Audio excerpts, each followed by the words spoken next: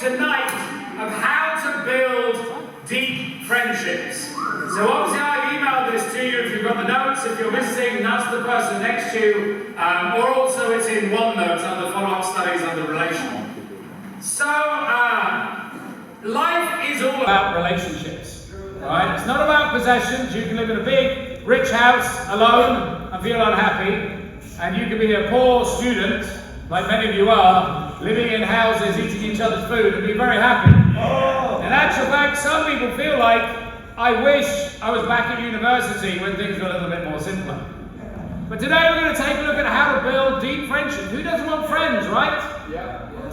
Ecclesiastes 4:9. Two are better than one, because they have a good return for their labor.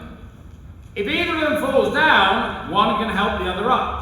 But pity anyone who falls and has no one to help them up. So, to have no friends is an unhappy place. Science has actually identified that people only really need 3 to 5 deep relationships in their lives to feel satisfied. Now that's 3 to 5 good ones. Okay? Like you grew up in a household with you, mum, dad, and 2 other siblings, and it can be an unhappy place. So we're talking about good relationships. As surprising that may sound to hear, it's not necessary to be close to all 4,000 friends you have on Facebook. Alright, to feel fulfilled. It's equally surprising to know that countless individuals still lack few friends. It's one of the myths. I come from a little village in the country, and I felt like I had better friends than when I moved to a big city where there were tens of thousands of people. It's almost like there's more mistrust in a big city than there is in a village. You know, everybody's looking for friendship. Whether it's a 14-year-old at school who's just moved school. I know school can be a pretty terrible time when it comes to relationship. So at my school, if you were the new person, you were called a NIP, which is short for non-important person. And I got glandular fever in my last year of junior school, so I went a term late. So I was the NIP of NIPs. That's literally how they refer to me. You are the non-important person amongst the non-important people. Pretty cool, though. What about the students who are flocking into university right now? I remember when Raymond came last year, he was just praying, hey God, let me look, let me find. He found us on the internet, he came to church. He was looking for friendships. There are lots of different people just looking. I was just in Starbucks, just reaching out to people, guys. He's been here 1 week. People are looking for relationships. Even that new mum, maybe like Bonnie, who's at home, all right? And she's no longer in the fellowship because she's got the little baby and can't bring her out and everything like this. And she's looking for, well, she must have great friendships. But, you know, out of sight, out of mind. Have you called her? Come on. What about the aged in our society? The grandfather, the grandmother, the people that's really easy to ignore. The old person who's your neighbour that you see occasionally going to Coles. How about just going, hey, would you like me to do your shopping for you? It's all right, I'll pay for it and you give it to me when I give it back to you. Everybody is looking for relationships.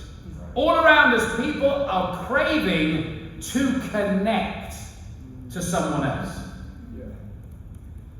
Though this may be true, we don't realize that it's actually the people closest to us that we need to connect the most with. You know, unhappiness in relationships starts at home. You know, you can be married and in love and be fighting, and it ain't much fun, let me tell you. You can go home and there can be bad relationships at home, and you can feel unhappy in your own home because you have bad relationships. Your Bible talk, your church, you know, that's where it starts. So we have to look around us and go, are our relationships good with the immediate people around us? There are principles that can assist us in becoming someone who is able to turn basically acquaintances into lifelong friendships. It was great getting with Mandy, who I knew 32 years ago in London. And we were reminiscing about the friends we had 32 years ago. And what was really cool was, over Christmas, Facebook, you know, normally you can only text people, 30 a day or something. But on Christmas Eve, it opened up unlimited. So I went to my oldest friends on Facebook. And some of these are the people that Mandy and I knew. And I was, hey, happy Christmas, how are you like this? And some of the people I've shared in my sermons. And when I was with Mandy, he said, I wonder what happened. He said, really interesting. I was in touch with them 2 weeks ago. And I was in touch with him. And I could tell her all of the news because I'd initiated with all these people over Christmas. Which was really, really cool, I thought. You know, love never fails. If you just give, it gives back to you. You know, a good place to start tonight is ask yourself a few questions to evaluate your current friendships. Which friendships need a deeper connection? Sometimes we can get a little bit imbalanced and we can be close to the people that actually don't help us when we need the most. Does that make sense? So my wife sometimes said to me, for my sins, I feel like you hang out with the brothers more than me. That should never be so. You know, maybe that's somehow some of the... Why are you laughing, Hannah? You're only married like 3 weeks. And I'm sure Aaron will never do that to you. But sometimes, you know, are you really close friends? Are you actually close to them? Or have you become shallow with them?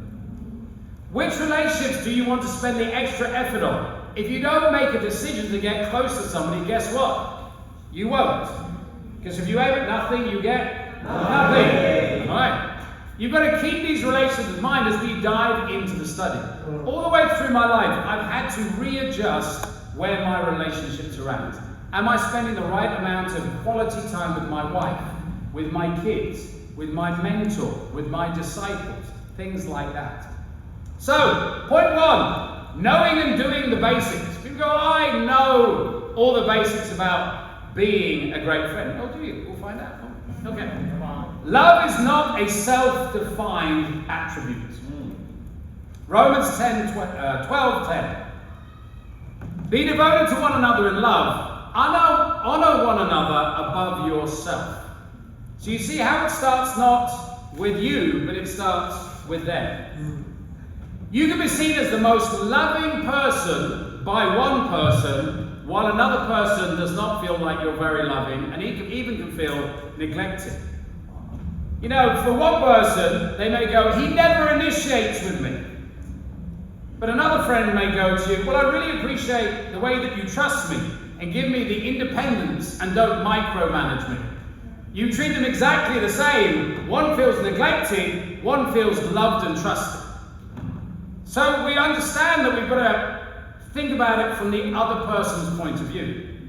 Now, we cannot dictate how somebody else should feel loved, though we may teach them at least to recognize our efforts in giving to the relationship. Now, so just because you don't feel loved by somebody doesn't mean they aren't trying to love you. I remember when I was single, this friend of ours, Pauline, took me on a date and said, is there anything I need to know about? I said, yeah, I'll eat anything but nuts. And then we arrived on the date, she put real effort in. And there was nuts for starters, nut roast for the main course, nut chocolate boundary brownies for pudding with nut chocolate sauce, and a bag of nuts. I was like, what do I do here? I said, I'm a bit confused here. She said, well, you said you love all nuts, so I made the whole night about all nuts. I said, anything but nuts. However, I felt very appreciated because of her effort. Don't know that I ate anything that night, but I felt very appreciated.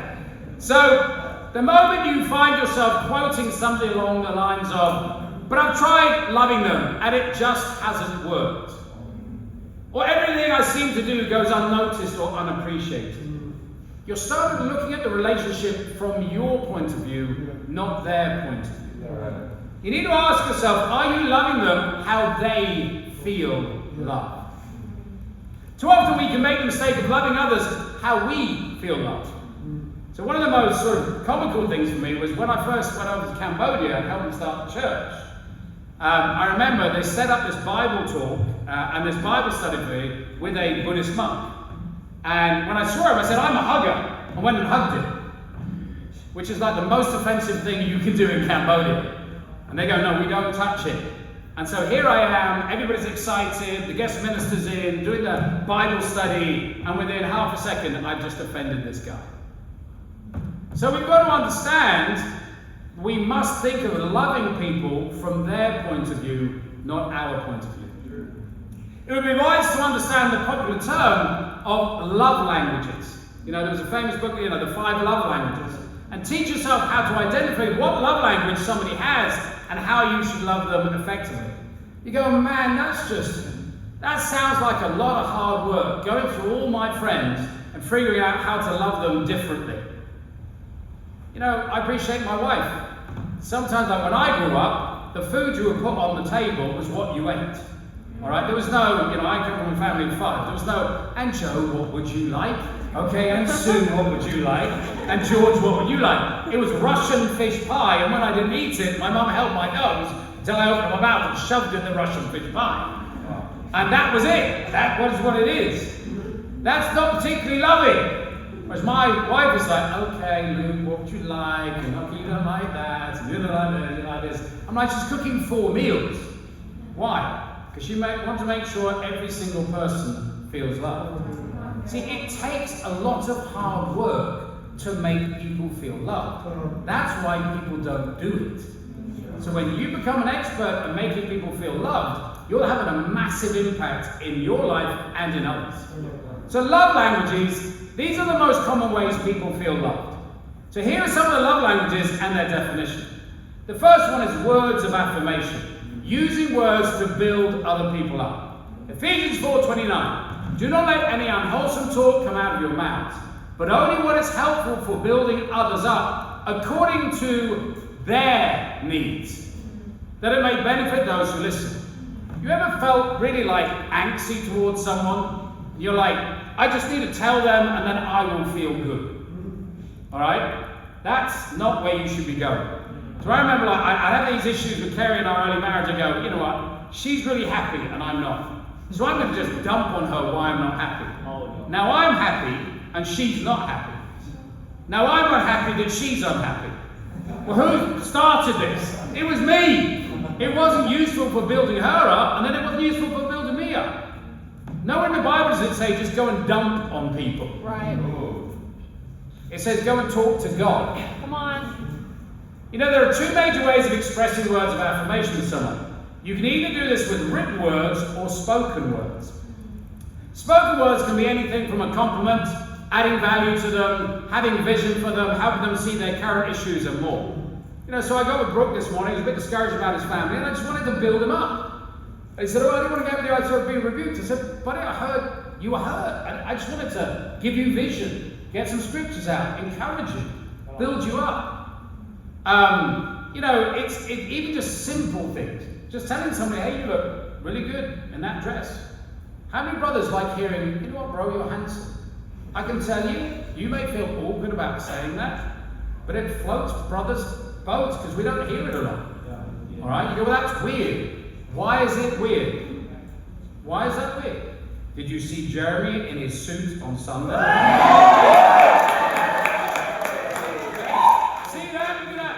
And I said, Nancy, quick, take a photo of him, because he said his mum wants one. And I said to Beth and Maddie, hey, let's put some flower arrangements here. Let's put one of you on the left and one on the right, you know. And he's there in his, you know, and on his suit, and then all of his hair looks really cool with the suit. And you're like, look at him smile. Do you see what words of affirmation does? Come on, Jeremy. Let's talk about written words. Written words allow you to have a more lasting impact on someone. As it says that compliments expire after 24 hours. I know that my mentor Kip is a word of affirmation guy.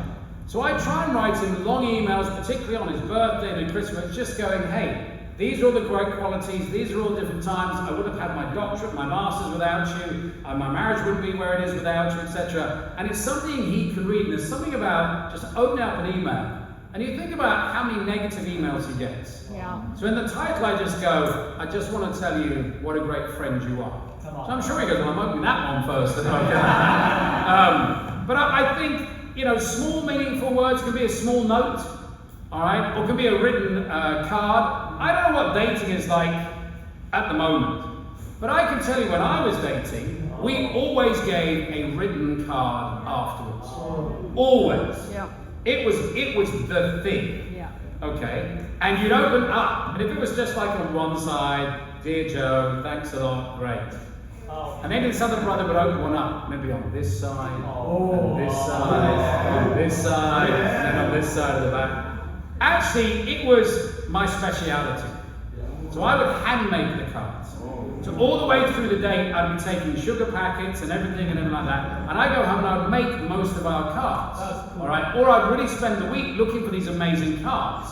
So much so that after we got married, we had them all framed and they were all around the house. All these cards, I mean, it filled the whole house. And it was a real big thing. But it meant that Kerry could look at it and go, wow. Even now, we have our bed in our bedroom. And our written vows and our marriage vows, I wrote them on a scroll, got a bit of paper, burnt it around the edges, put tea on it, make it look 500 years old, tapped it. They're there in front, so we wake up and we go, that's what we said each other on the marriage day. All right, these are great. You were awesome. Yeah, you're still awesome. Amen. But it's there. That's there for 26 years. Make it a habit to call or text people with no cause. Just go, I'm just calling up, say hi. I think it's something I really try and do because I'm a minister, people have weird feelings of authority and everything. I go, hey buddy, just how you doing? Just call up Raoul, hey, how you doing, buddy? What are you calling for? Nothing. See how you do. Make it a habit to, be in funny group chats. We've got a family group chat, okay? And if there's a Willis thing, we put that in there, or there's a cat thing or a dog thing, and it just builds relationships, all right? This will only not show people that when you send them things like this, it shows that you're thinking about them. But it also will give you opportunities to encourage them.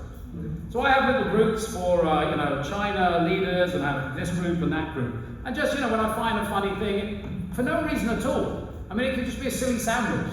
You know what I mean? And I was having breakfast with Keanu last week, and he had this T-shirt which was a crouching tiger with a snake around it.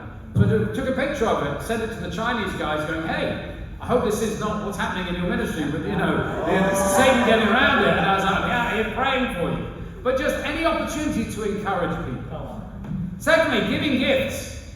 Giving anything that lets the other person know that you were thinking about them. That's what gifts. Aaron Yang, great gift giver. Also got married an incredible woman. Maybe some correlation. Okay.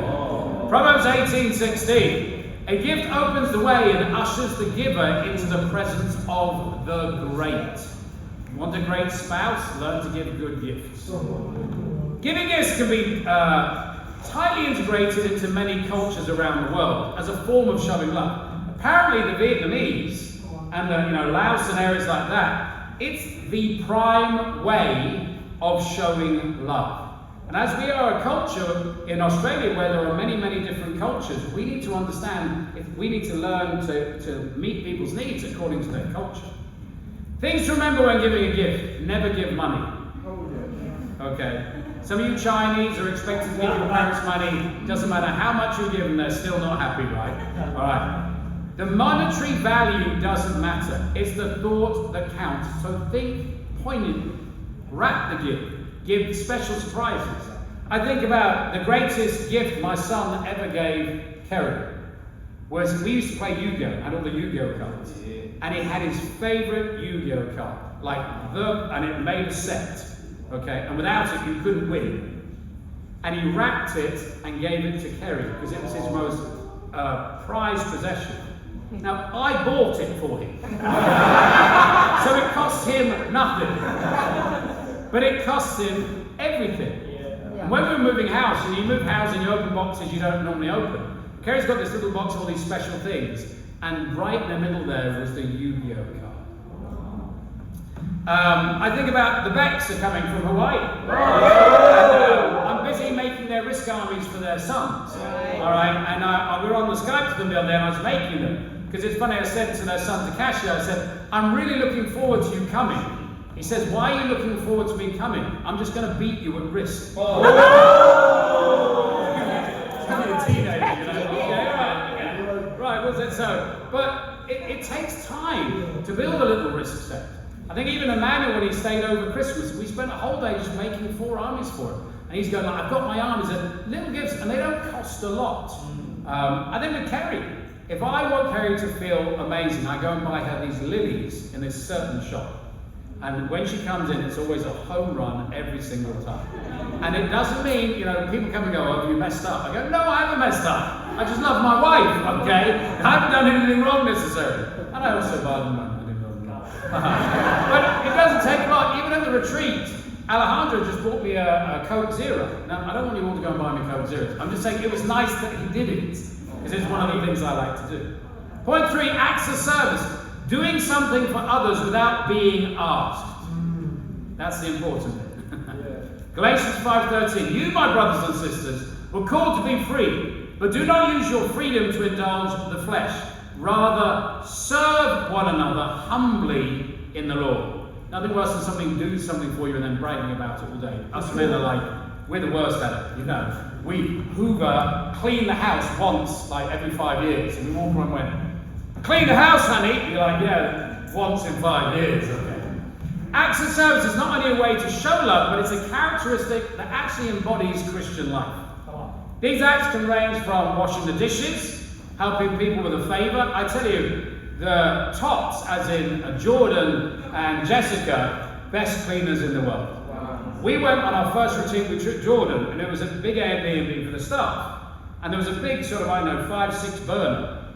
He cleaned it better than when we arrived. All right, so it was black when we arrived. By the time we finished, he polished it up silver. And I was like, man, this guy knows how to do it. But it impacts people. Also, the important thing to understand about those who have this love language of serving, they also like to be served. Okay? And they like to serve you, because it's their love language. So if you then serve them all the time and don't let them serve you, it breaks it down. Okay? It's like when somebody buys you a present and you're not excited about it because you're not a present giver. You've got to understand that can hurt people. Alright? So, quality time. Spending time with someone with undivided attention. We go, well, when do we fit that in as a Christian? Well, let me give you a tip. Get off your phone. Stop watching Netflix. You've actually got lots of time. Wow. When you're spending time with someone, be completely present. Turn the phone off. Family times on Sunday nights. Get everybody's phone, put them in a pot, put a lid on top of them, and they're not allowed to be touched until 11 o'clock at night. You do that, it will change the atmosphere. Okay? Strip yourself of any distraction. Phone down, everything. Now, if you're expecting to call this important, then explain that. But I know when I get with somebody, there's something very definitive. When you spend time with someone, you get your phone, you go, I'm turning my phone off. Already then, I feel loved. All right? I think one of the reasons why I play a lot of Risk, every Thursday night with the guys that I train, I play because we need hangout time. I challenge them and I direct them and say, but they just need to laugh and scream and have fun. And they know that they're just coming to do that. And that's important. A good suggestion is find something where you can suffer together. I mean, not too much, okay. Yeah, what I mean is like going to the gym. We ran a marathon for Special Contribution a couple of years. And that's always a favourite memory for lots of us. But bonding memories. Proverbs 17:17, a friend loves at all times. A brother is born for a time of adversity. In other words, you get really bonded when you go through a challenge together. Don't be afraid to talk deep.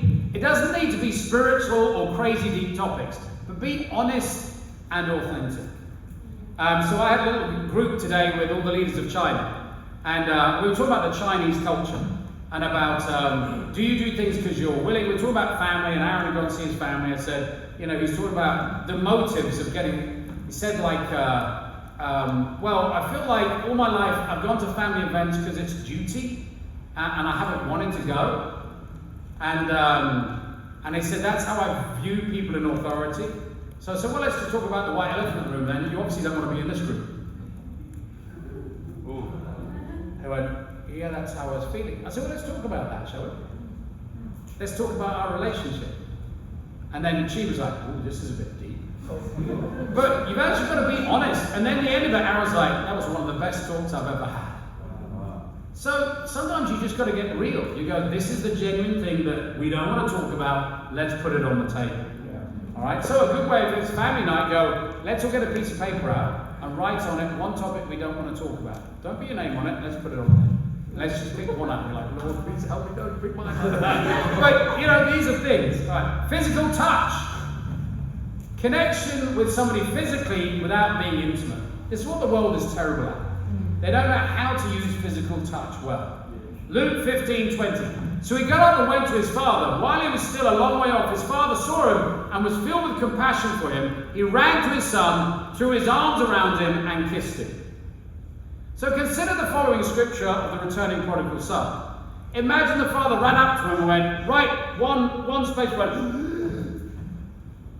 nice to see you, son. It would change it completely, wouldn't it? There would just be an attitude of, was he really excited or was he not? And he would have missed the moment.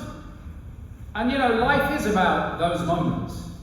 Life is about those special times that you remember. And I can tell you, a greeting is so important to a relationship. Our physical interactions with each other express our inner emotions.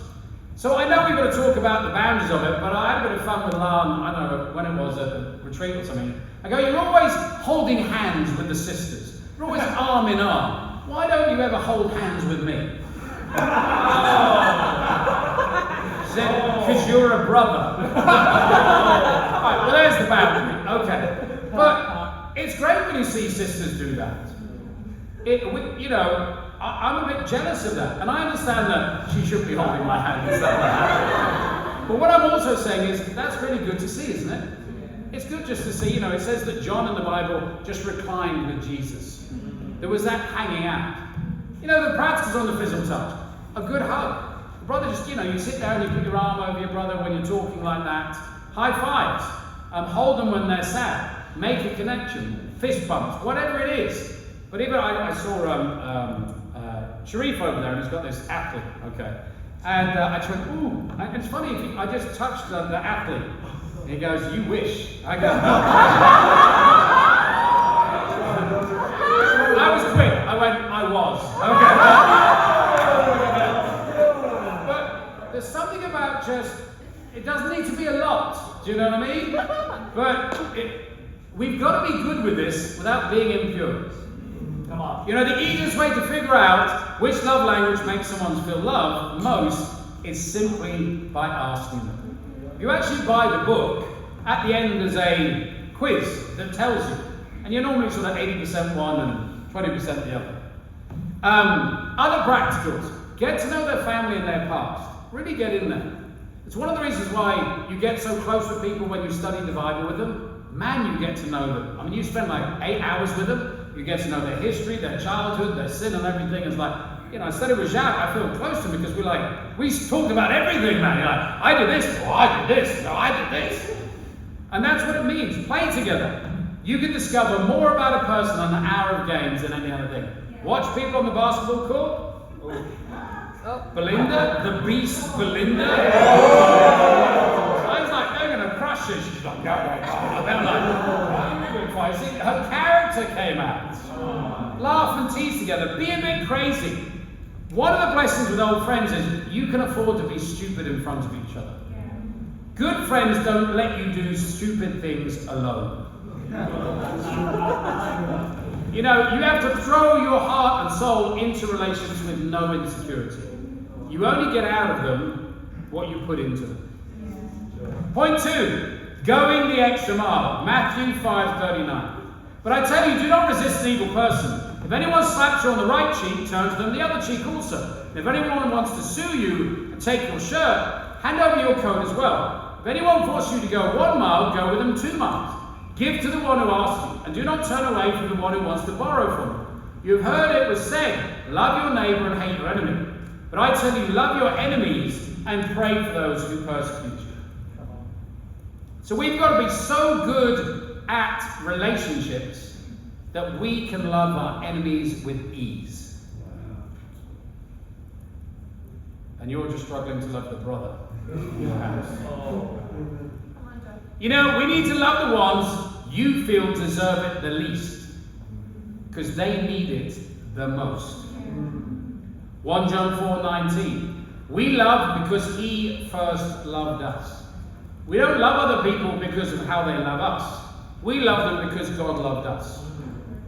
You've got to focus on all that you can do, not all that they don't do. Here's a really statistics. People leave relationships, whether it's an individual relationship or even a church, for the 20% that they're not giving. So men get divorced from their wives because they don't meet this 20% needs. And then they go and find another woman who meets their 20% needs. And now they're only being given to 20%, not 80%. Because we are so selfish and we don't appreciate what we have. Right. People leave the church, well, the church isn't this. What about all the things that it is? Come on. The sacrifice, the love, all the people serving you. What about all of that? Well, somebody, they don't sing the way I like to sing. Well, what about all the other good things? Come on. And we can be so critical in our hearts. Yeah. Colossians 3:12. Therefore, as God's chosen people, holy and dearly loved, clothe yourself with compassion, kindness, humility, gentleness, and patience. Bear with each other and forgive one another. If any of you has any grievance against somebody, forgive as the Lord forgave you. And over all these virtues put on love, which binds them all together in perfect unity. So you've got to start by making sure you have forgiven them of anything they have done to you. And set your heart and mind on forgiving them on all that they will do. Now I know when we move house, what happens is my sugar levels go down about 8 hours into it. And then I get really grumpy. I've done this enough. Carrie's going like this. Alright? So this is what I say every time we move. Honey, for the sin I'm about to do to you, please forgive me. Because you get short. You know what I mean? There's a point, you don't want to, but you always think it's only going to take you 3 hours, it takes you 13 hours, you stub your toe, you break your favourite photo, and it's just not a pleasant experience. But we've got to make sure that we deal with our hearts. You cannot love somebody if there's any part of your heart where you have not forgiven them. You just can't. And you've got to deal with it. We were talking to Mandy last night about helping her try and resolve some issues with some people, and people that didn't want to resolve it. So this is what you've got to do. I said, first of all, you've got to write a letter if they don't want to. And it's got to start off with, first of all, I'm really sorry that I'm not this, all right? I've got some things I need to talk about, and I wish I was more spiritual so these things wouldn't bother me, and that I was easy to move on, and I was close to God, and they just wouldn't be an issue for me. So you take complete responsibility. And then you go, but I do need to talk to this about you, and I'd like to discuss it because I feel like it's damaging our relationship. And I'm not sure if I'm right or you're wrong, but part of me feels like I'm right, and I need to resolve this. All right? And then you go, the end part of it is I want to resolve this relationship and have a great relationship with you. Because obviously I want to see you on heaven's door and do high fives and all we go in together. Can we please get some time? So you're really taking responsibility. If then they don't respond, there's nothing you can do. You have to leave it with them. But obviously what you're hoping for is that they look at that humility and go, you know what, I'm sorry, I should have done this, and we could have done better and everything like that. But if you're there and they just won't, all you can do is go, I've done my bit, I've tried to resolve it, now what I can do is pray for them to see it. Because the Bible does say, God will make things clear for some people later on.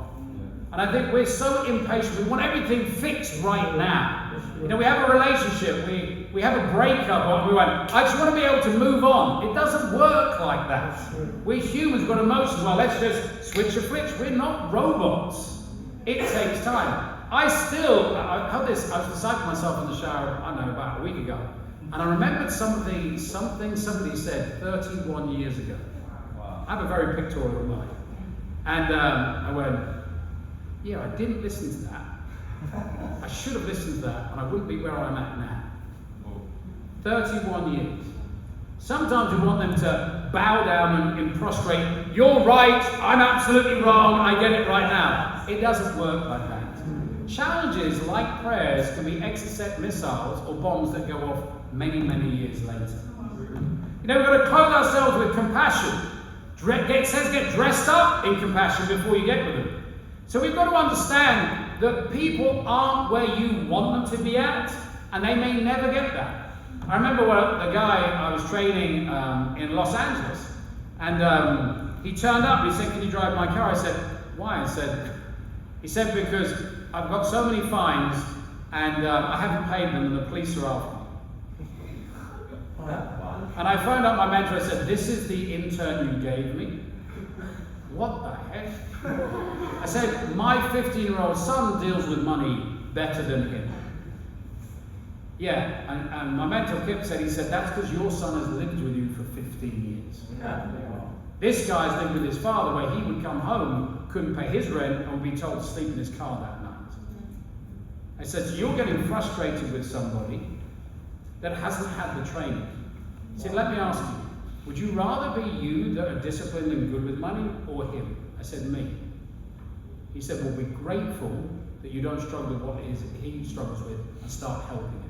Oh, I was so challenged. You see, because I was thinking about it from my point of view, not their point of view. You know, bear with where they're at. People didn't start that way. We're all broken. When we were 2 years old, we were running around going, "Superman," or whatever it was, "Barbie," or whatever it was. And that's not, but they got damaged along the way. Someone or something happened to them to destroy that childlike heart that God gave them. I remember living with a guy called Paul Holloway. And it was, this was before mobile phones and people staying in their bedrooms and becoming selfish by that. And he had a real struggle building relationships. And when I got down to it, what had happened was his family were chain smokers. And he was scared of getting cancer, so he spent all of his childhood in his bedroom because he was terrified of going downstairs where there was a lot of smoke. As a result, he never learned social skills.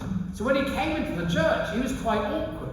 But once I understood that, I had so much more compassion for him because he actually made, in some ways, a good decision. But it had a negative impact. You've got to always remember to be kind, to be humble, gentle, and patient. It takes time to build deep relationships. If people go, "Well, we get so impatient," we're like, "I just don't feel close to anybody." You have to keep working at it and working at it. Never ever pull your heart back. When people say, "Well, I pulled my heart back," that's a sinful comment and a sinful action. You have no right to pull your heart back from people. God doesn't pull his heart back from us. All right, some useful practicals on how to build deep relationship. 1 Corinthians 13. 8, love never fails. Now, I don't like failing. I don't know about you, but I don't like failing. So if God says this is how not to fail, then I'm going to listen to it. Pray together. Nothing bonds two people more than confessing sin together and praying together. So even just, in my group with the Chinese leaders, we started confessing sin. I said, I want to go out and evangelize, lead the way with all the guys this week, and I didn't want to go out. I got on the bus and invited the first person I got off the bus because you have to do that kickstart. He said, I didn't want to. Now the guy was open and really encouraging, but that's where my heart's at. I really got to pray, hey, help me get back into it. Especially when they're in a special place from distraction. Kerry always loves going down and praying with the sisters in Maruga or Kuchi, just sitting on that rock, the grumpy baker, and it's just a bonding time. Have meaningful conversations. Have a special cafe or place you always go that makes you want to open up. Kerry and I always try and find these cool cafes. Right now, Luke, my son, found us one. It's called the Happy Fields Cafe in Hubberfield. There you go. And it's all yellow, and it's just really cool. It's sort of retro, and everybody wears big yellow things, and they're so happy. And it's just really cranky. But you go in, and already you're set for having a good time. Share your feelings, including your worries, hopes, dreams, your feelings about the other person. Don't be afraid to be vulnerable. Recently we had our tea time with the Unterlons on our marriage, and they recommended we got this book called 52 Devotionals for Sacred Marriage by Gary Thomas. And they said, just every week in our tea time we open them up and it gives us something to talk about. Sometimes you need something to talk about. This guide of antidote is really is the antidote for bad relationships. If you're super honest with people about how you're feeling, remember you go to negative feelings to God first, you'll actually ending up communicating your disappointment, and then it builds a relationship. So when the flat night's on Sunday night, there needs to be a time of, okay, one good thing, one bad thing. Okay, this week I really feel like it was great. You know, you got up and prayed early in the morning. One bad thing, I'd really appreciate it if you moved your smelly shoes away. Okay, but it's the ability to actually express the good and the bad. Things about going to a wedding or a funeral or family event together. Remember, Jesus took everybody to a wedding. Seeing life-defined moments together can form a lasting bonding moment. I know when Scotty's father was very ill in Samoa, we raised money, and I went there and I was with him that whole time. It was a defining moment in our relationship. In the same way, do things that make you smile and cry together. Get a friendship on a deeper level. Do something entirely text and phone free, like camping, hiking, climbing, backpacking. Go for it. Sometimes we just go, I'm going to go home and stick a movie on. You know, church finishes about 2 o'clock on a Sunday. You've got a good 8 hours just to go and hike somewhere. Do a walk, right? Do favors for other people. It's just as important. Do nice things for people. Work on a project together. Like I said, me and Manny were painting different things. Try some fun games, you know, board games. Jack in the Box. People got us into Jack in the Box, right? Which is that TV game. And when Jenna and Scotty were living with us, we did this rap battle. Okay, and it goes in, you put this in, and Kerry would smack Scotty every single time. So Kerry's like, you're this, and then you have to sort of do it, and you're boom, and Scotty's like, I'm getting beaten up by Kerry. But we will always remember that 6 months as coming home and playing Jack in the Box with Scotty and Jenna and Ali and her boyfriend.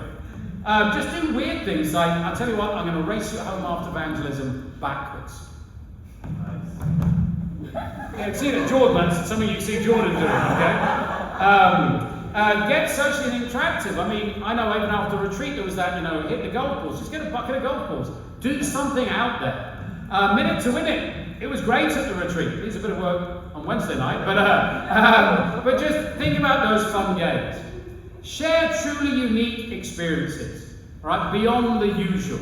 Go to something, you know, go and visit Vivid together. Jump out of an aeroplane.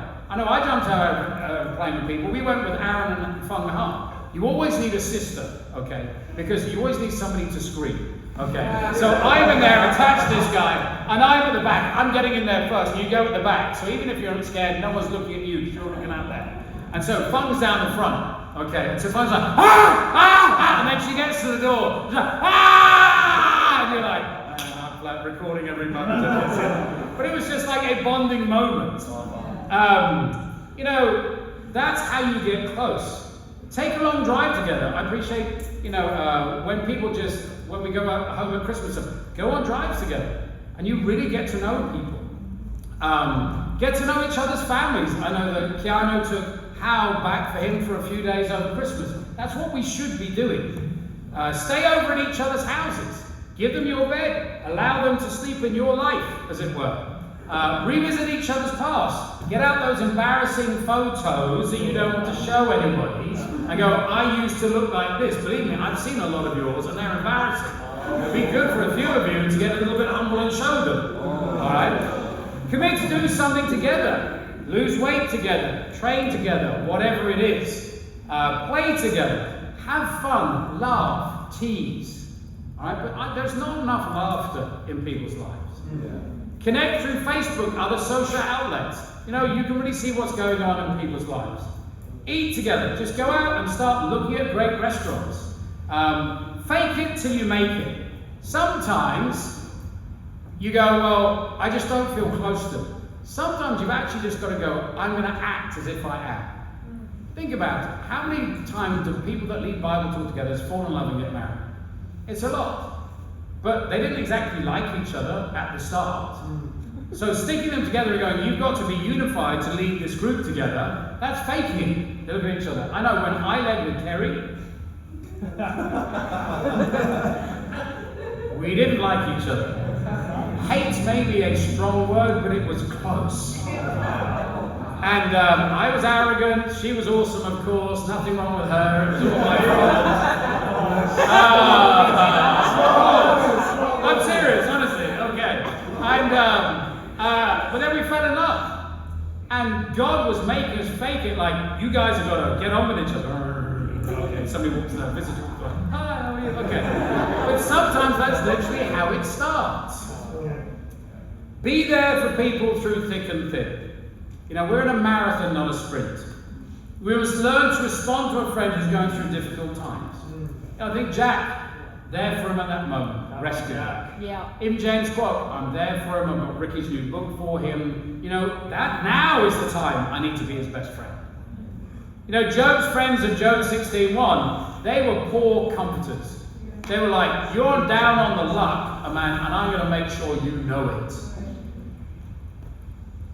They had good intentions, but you know what? Discipling somebody when they're down, not a good idea. Right. All right, you're just putting nails in their coffin. God is a great comforter. I think about dealing with Elijah in 1 Kings 19. You know, he was discouraged, and yet God was there, gave him some food, and really encouraged him.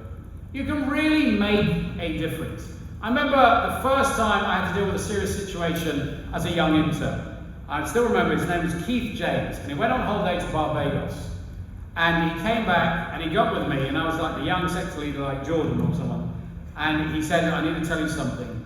I was immoral and slept with this girl while I was away. To be honest, I didn't really know what to do, so I started crying and hugged him. And afterwards he said, if you'd done anything else with that, I would never have come back. I was expecting a rebuke. I was expecting this. He said, but you've melted my heart. So I did something right. I really didn't know what to do. But you see, if in doubt, love. Right. Because love never fails. Come on. We have enough challenges in life, and especially as a disciple. I think we can agree that we need more encouraging friends, not less. Yeah. Hebrews 3:12 says, see to it, brothers and sisters, that none of you has a sinful, unbelieving heart that turns away from the living God. But encourage one another daily as long as it is called today, so that none of you may be hardened by sin's deceitfulness. We can play weird games. I know James went through some things at the end of last year and Christmas. We got together and said, I just felt like you didn't like me, Joe. That is Satan getting in there. All right. First of all, even from a logical point of view, if a minister makes you feel like he doesn't like you, you're going to leave. So if I know that, why would I do it? Even from a selfish point of view. So I'm not actually going to do that. But Satan wants us to demonize those people around us. They don't really love us. They have different motives, etc. That is Satan, and you are listening to their lives. We are all trying our best. Now, we may not be doing it exactly right, but we are all trying our best. So how to build deeper friendships? Well, you've got to know and do the basics. This is a great lesson to go back to again and again and go, am I doing the basics? And then go in the extra mile. You may say that this seems a lot, yet the practicals must come out of a heart that wants as many deep relationships as possible. Jesus had his 12, then he had his 70, and then his 500. So if Jesus can have that many relationships, surely we could have 3, 5, 7. We can definitely have more than we actually have. And remember this in finality. Proverbs 11:25. A generous man will prosper. Whoever refreshes others will be refreshed. So just maybe, if you don't feel refreshed, you need more relationships, not less. Let's have great groups. To hear more from Dr. Joe Willis, check out his 2 books on Amazon, The Art of Spiritual Warfare, Practicals for Becoming a Prayer Warrior, and Money is the Answer for Everything. Click the links in the description below. Also, for more life-changing lessons, subscribe to his YouTube channel, Dr. Joe Willis.